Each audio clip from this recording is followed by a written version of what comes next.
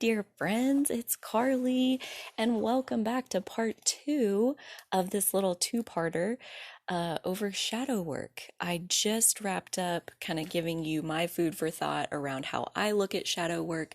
Again, there's a million people out there talking about it. Just YouTube it, Google it, all of the above, to find the perspective that resonates most with you around how you want to relate to your shadow and when you're ready to do that. And I think that's just one of those things that every single person, every single individual has their own path inward and around, and we all have our own things that we're trying to heal and learn from it. So I don't think there's ever going to be a one size fits all. And all of this, especially what comes next, is in the service of kind of giving you a place to start to feel your way through it for yourself.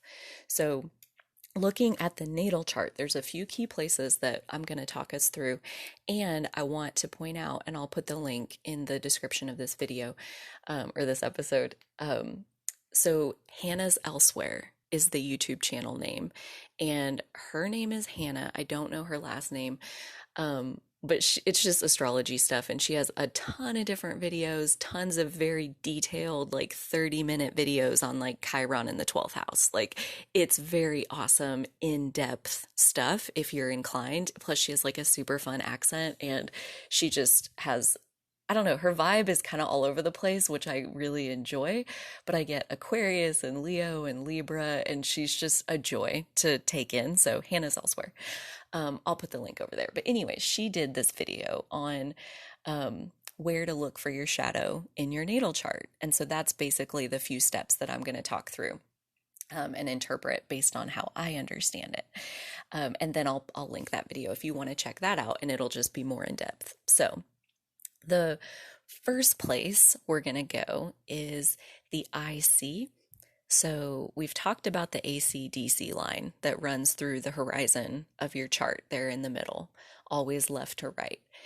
We haven't talked yet about the IC/MC line, which goes up and down in your chart.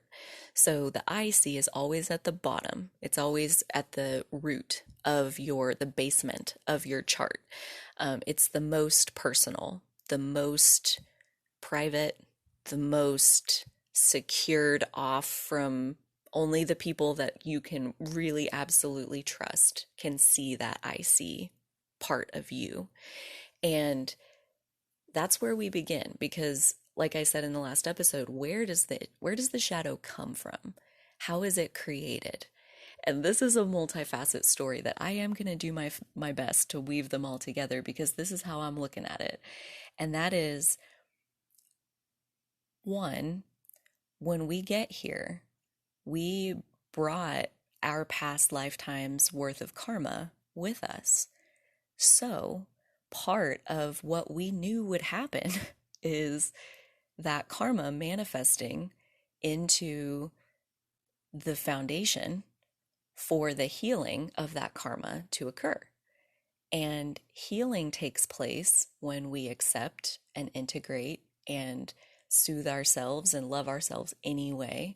And we're able to go through old circumstances and react in a new way. That's how we heal karma. So we have to practice loving ourselves more. That's basically the root of healing, is self-love. So I'm already losing my train of thought, because this one it feels so big and so complex and so juicy and yummy that I'm worried I'm going to forget part of it, but that's not helping. So there's a certain part of what manifests in our very early childhood that I feel is deliberate and intentional. You know, I've talked about, we chose our starting point, and we chose the family that was waiting on the other side for us. We have soul contracts with all of them. This is, again, all of my own personal belief. And if it doesn't resonate, then I'm not trying to offend anyone. Some people have really hard childhoods, and they're not ready to accept that they chose that. And I totally get it. And I'm not forcing my beliefs on anybody. But I do believe that when you look at the IC point on your chart, so what energy is there, and what is going on in your fourth house. The fourth house is always starting off that IC line, and that's the house of home and family and foundation. And basically, everything we just covered about the IC kind of extends to the whole fourth house. And typically, if you have a lot of planets there, you have karma in the fourth house. You have karma within the family unit, within the home foundation, within your support structure. There's karma there that needs worked out. It needs a greater amount of self-love so that you can go through old circumstances and you can respond in a new way. And that generally manifests as some shit that happened to you when you were little, and some chaos that you survived. And that chaos and that trauma and that imprint left its mark within your shadow. Pieces of ourselves end up in our shadow. It's like our wastebasket, our trash bin, for our own personality. When we reject a certain piece of ourselves, or others more likely reject a certain piece of ourselves, we learn that when we display that side of us, it gets us rejected. So we trash that side. We don't show anybody that side anymore because it's not safe. We can't stay connected to other people and show people that side of ourselves. So it's too risky. We have to lock it away. We lock it in the basement and we don't let it come back in. We just shun a whole piece of ourselves because it didn't go well for us last time. And it's a natural response. It's a natural survival instinct for us to create a shadow because it's self-preservation 101. You're allowed to have a shadow. You're allowed to put whatever you want there.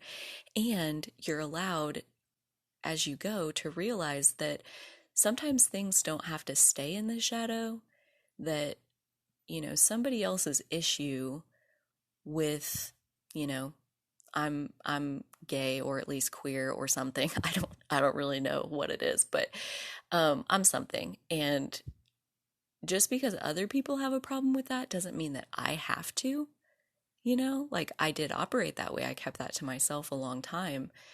I came out July 1st last year. I wanted so badly to do it during Pride Month last year, and I just couldn't work up the courage to take that leap and kind of make this public declaration of this is who I am, and I have this awesome relationship that I'm really happy in, and I feel good about what I'm doing. And I was so scared of how people would react. That's shadow work. And when people reject a piece of us and then we reject a piece of us, a fracture happens. And that disconnect, it leads to anxiety, it leads to depression, it leads to feeling bad about ourselves and beating up on ourselves, and other people's voices become our voices in our mind. So the act of looking into your fourth house it's going to dig deep into what was your childhood like? What were those people saying to you? Because when we're that young and that impressionable and everything around us leaves an imprint the size of New York, everything matters. And the process of shadow work might mean unlearning some things that you were taught very early on and choosing to learn replacement beliefs, like getting told you're ugly when you're little, and then having to choose to see yourself as beautiful, even though so many people for so long said you're ugly. That's an act of courage to see yourself as beautiful at that point. And that's shadow work. It's stepping forward into greater love of yourself, into greater self-acceptance. And a lot of times when we do that, we have to trace it back to those very early experiences where we weren't accepted. And that can be painful. And that's why, this is all a process to undertake as you're ready for it, as it's knocking at your door. now's the time kind of thing.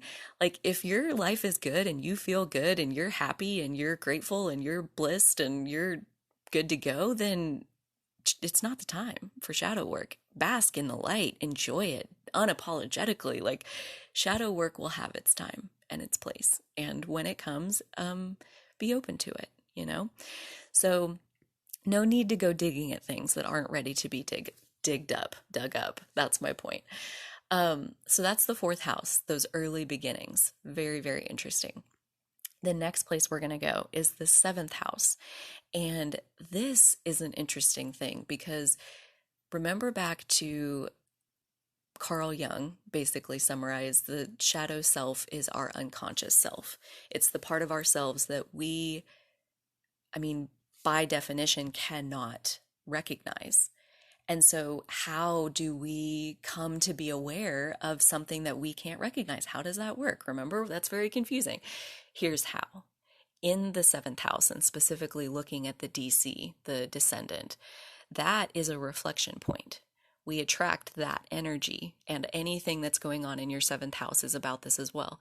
We attract that energy specifically to reflect our shadow to us so that we can see it. So that is extremely helpful. That's the cog in the machine that makes the whole thing spin around. So, but here's the raw point, is that typically we shoot the messenger. You know, just like my jealousy example from last episode, like I was so certain that these fucking guys are the problem and their behavior and that girl he's talking to, it's all of them. Like they are the problem. And meanwhile, I'm over here just festering with jealousy. And that's very much my problem. So in that scenario, he and her, all of it played out as a reflection to something that I was already carrying. And that's where, it becomes a closed loop. That's what shadow work is, a closed loop between you and you. You take responsibility for your emotions and you learn from them. So in that scenario, what was I to learn from being jealous? How do I flip that from, I hate what they're doing, to what does that have to do with me? How is this my issue that I could get something positive out of it? And turns out, and you may have your own experience with jealousy, but here's how I climbed up out of it, was that I realized that if I was secure in myself and our relationship, it would not matter who he talked to, period. So the issue is my security. Like that's not to say that sometimes like you get a feeling and there really is something like going on behind your back. And if that's the case, like, yeah, that guy is a loser anyway. But there's also our shadow that fucks with us, that says there's something going on, even off the slightest anything. Like I'm talking about, he told me that they hired a new person for the opening that they had in his department, and she starts on blah blah blah, and right from there my whole body was on fire. I was jealous because she was a she and he was he, and that was it. That was all it took. And I was on fire. Literally, my whole self was hot. My stomach was sick, and I was on a downhill path from there that led to my ultimate like awakening, basically. But so yeah, that reflection point is something that it can be tricky to say thank you to those people who reflect our shadow to us. But ultimately, I hope that's where you land with everyone in your life that helps you with your spiritual path. So there's that one. The next place is your eighth house. So this is another place that has to do with other people. It is all about intimacy, like our deepest, darkest connections with other people. And have you ever had an experience where like you draw the healing or the darkness, or you draw something out of someone and they say, I've never even been this way before. Like it's just in this relationship that this is how I am. That's the power of the eighth house. Like when we come together with other people, they pull things out of us that we didn't even know were there. And our shadow is unconscious. So that is another place that, especially if you have a lot of planets in the eighth house, your soul came to work kind of in that shadow realm, in terms of existing in a dark place and bringing light to it. That's kind of that soul level mission of the eighth house, especially if your sun is there or your north node is there. If your moon is there, you have an emotional need to work in that shadow realm. Like it's a heavy place, but the sooner there's acceptance and learning of coping skills to exist in that world and let your strengths shine in that world, it becomes so comfortable and like, oh my gosh, I wish I would have lived here all along. So the eighth house, check out what you have going on there. And then there's the 12th house. And this is the hardest house to explain, again, because it represents the non physical and like intuition and dreams and emotions and things that can only be felt and experienced, but not really measured or like understood in a concrete, logical way. So the 12th house is mass consciousness and collective consciousness, the interconnectedness of us all. And basically, society can pull your shadow out of you just as much as a one-on-one relationship. Something like watching the news or seeing a tragedy or something that moves you to feel on behalf of collective consciousness. Some of us have a shadow that is very much integrated with collective consciousness, and healing, that's why healing your shadow is so important, because you have to focus on healing yourself, but you're not just healing yourself. All of that healing creates positive ripple effects that exist between every single person that is present in physical reality right now. But also, if you subscribe to there really is no such thing as linear time, that everything is happening all at the same time. Like every amount of healing, every positive ripple effect that you're able to generate ripples through every single moment in time that has ever existed or will ever exist. So we are powerful. We are powerful energy creators. And when we focus on shadow work, we are choosing to bring light into the darkness that we feel. We are choosing to believe that we deserve that. And for a lot of us, and this was definitely my case with jealousy, so much of it was first working up to believing that I deserved to be happy, that that happiness was even attainable, that happiness was a goal worth wanting. And that started with a deservability treatment, and we'll talk about that some other time. We're kind of at the end of our episode here. So it's a process. It's a process of bringing greater love to yourself, bringing light into your own dark spaces, accepting the path that brought you here as perfect and serving its purpose exactly as you intended for it to, as every single imprint for leaving a mark that later fits into this beautiful masterpiece that is the effect that you can have on the entire world, the entire existence of everything that's ever been or ever will be, that's the power of your healing. It's a beautiful place. It's a beautiful place to find yourself at times, because while it can be hard and it can be scary and it can hurt and it can dredge up old feelings of like shit, I haven't felt like that in a long time. Typically what you bring out with you when you go excavate in the darkness, you bring out a piece of yourself that you haven't seen in a long time. And you can offer it a seat at the table, you can get it a meal, you can ask it for what it wants and what it needs, and you can proceed to meet those needs. And as a being, you're more whole at that point going forward than you were before you did the shadow work. So it is absolutely productive if you have the emotional strength to walk into your own darkness at times. So I hope this helps, and I'll see you soon.